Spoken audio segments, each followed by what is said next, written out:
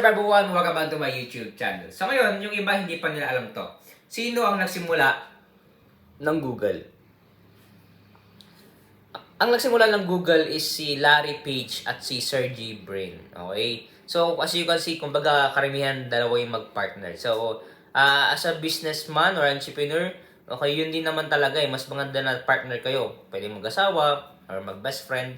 Mas okay. Pero kay Mark Zuckerberg, yung una kong video is naghiwalay sila. Okay? Dahil merong envy tsaka betrayal, envy tsaka jealousy. Okay, so dito, balik tayo dun sa tanong na sino ang nagsimula ng Google. Ang nagsimula naman ng Google is si Larry Page tsaka si Sergey Brin. At the same time, ang magiging lesson natin dito or magiging makuha natin na learnings para tayo ma-inspire is si Larry Page tsaka Sergey Brin, okay? Yung ginawa nilang Google ay ang pag-solve ng malaking problema. Kumbaga, information search ay nagbubukas ng malaking oportunidad.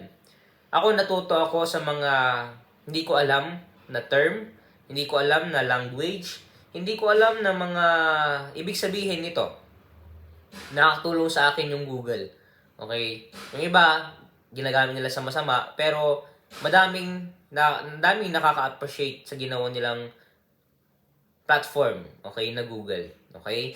So, kumbaga, nag-aaral na tayo sa Google, may mga tanong tayo, search lang tayo sa Google, okay, makita na natin lahat. Especially yung information search. Okay? Yun yung sinolve nilang problem. Okay? Like for example, sino ba si Mark Novida Viloria?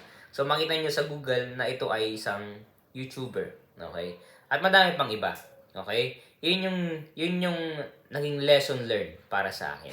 Okay, if you want to buy this book, like the Facebook page, official link description, may lang po. Salamat po and God bless.